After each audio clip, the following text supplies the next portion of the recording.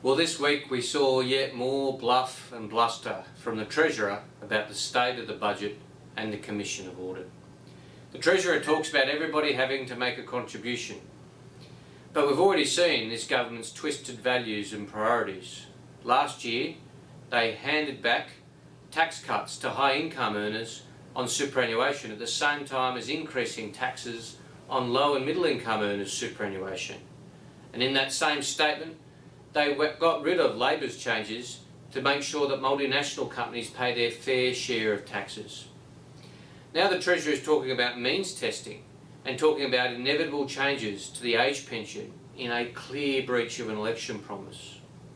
But when Labor means tested the private health insurance rebate, Joe Hockey fought it all the way, and it's still Liberal Party policy to get rid of the means testing of the private health insurance rebate.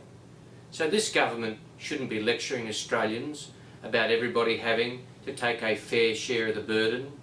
The first thing they should do is scrap the government's unfair, expensive and extravagant paid parental leave scheme. We should pay $75,000 to millionaires to have a baby.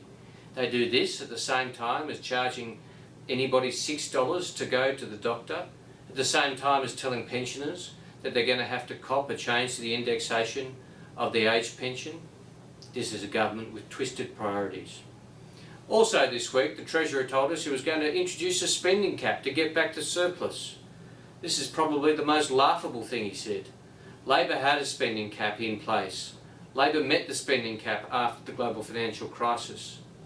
Joe Hockey got rid of the spending cap in the mid-year economic forecast, and he used it to blow out the budget deficits and to say that the budget deficit was growing at an exponential rate.